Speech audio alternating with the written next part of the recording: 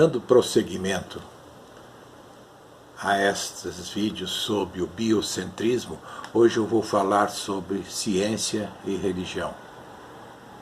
O biocentrismo é uma teoria revolucionária que rompe o paradigma penso, logo existo, para paradigma penso, porque existo. Não sou eu que vivo, a vida é que vive em mim.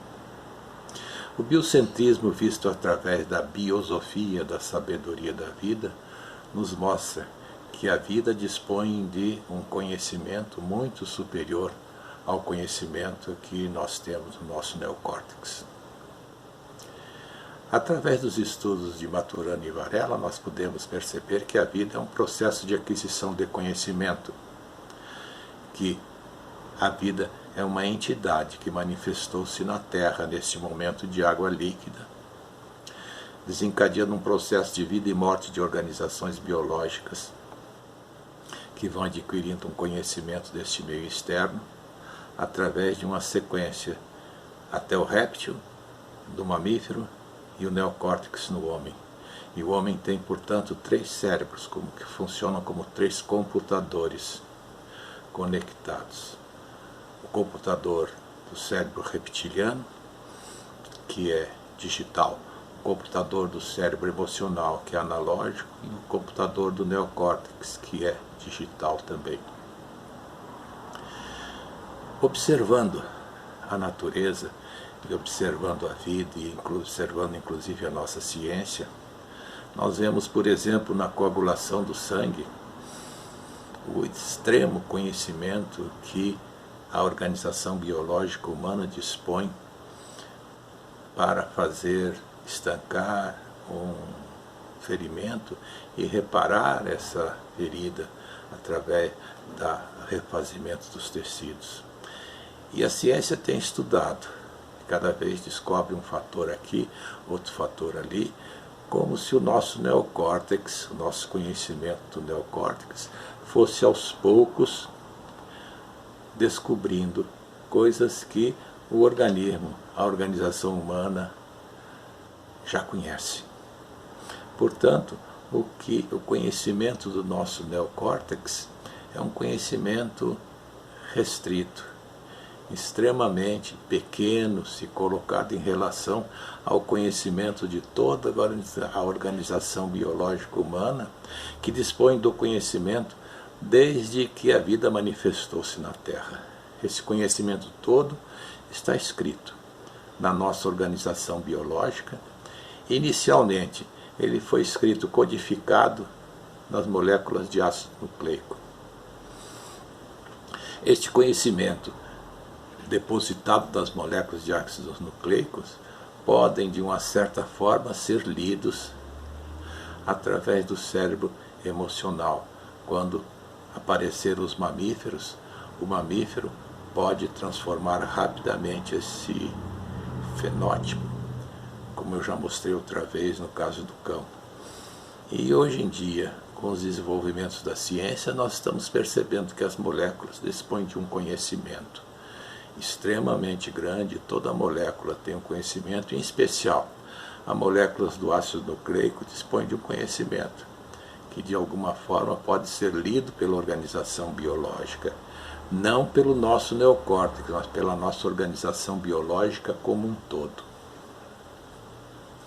Assim, o homem, ou a organização biológica humana, dispõe de um conhecimento muito amplo do processo evolutivo e da existência da vida no planeta Terra, em especial neste momento da água líquida. Este conhecimento, no entanto, não está acessível ao nosso neocórtex. Portanto, esse conhecimento existe, mas não é acessível ao nosso neocórtex. Mas ele é interligado através do cérebro emocional.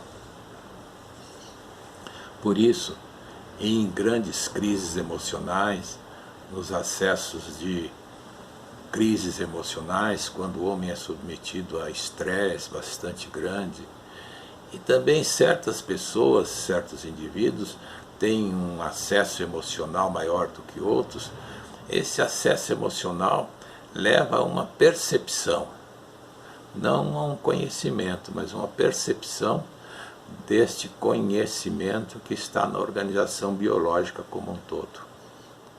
De uma maneira geral, essa percepção existe na organização biológica, só não é acessível ao neocórtex. Numa crise emocional, o neocórtex pode ter percepção deste conhecimento, não conhecimento, mas ter uma percepção deste conhecimento. Um exemplo só para demonstrar isto é o caso de que a vida adquire o conhecimento desse momento de água líquida, e esse momento de água líquida é um instante na existência do planeta Terra. É um instante muito pequeno na existência do planeta. A vida tem percepção disto. A vida tem percepção disso e sabe que esse momento é um momento fugaz da existência do planeta e que essas condições de que se mantenha água líquida na Terra são tremendamente instáveis e que devem acabar.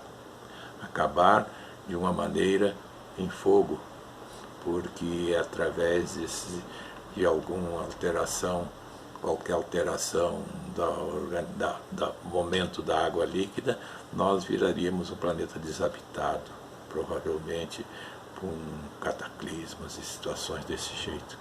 Essa percepção da organização biológica do homem como um todo, de que vive um período, um tempo em que vai acabar em fogo, faz com que o indivíduo tenha uma percepção de que o mundo se acabará num certo momento. E esse fim do mundo é percebido. E é então, de alguma maneira, montada através da sua cultura ou das informações que estão em seu neocórtex, ele monta uma história qualquer que tenha acesso a isto. Então nós temos essa questão de apocalipse, fim do mundo, essa percepção da religiosidade de que nós vivemos transitoriamente, essa percepção existe.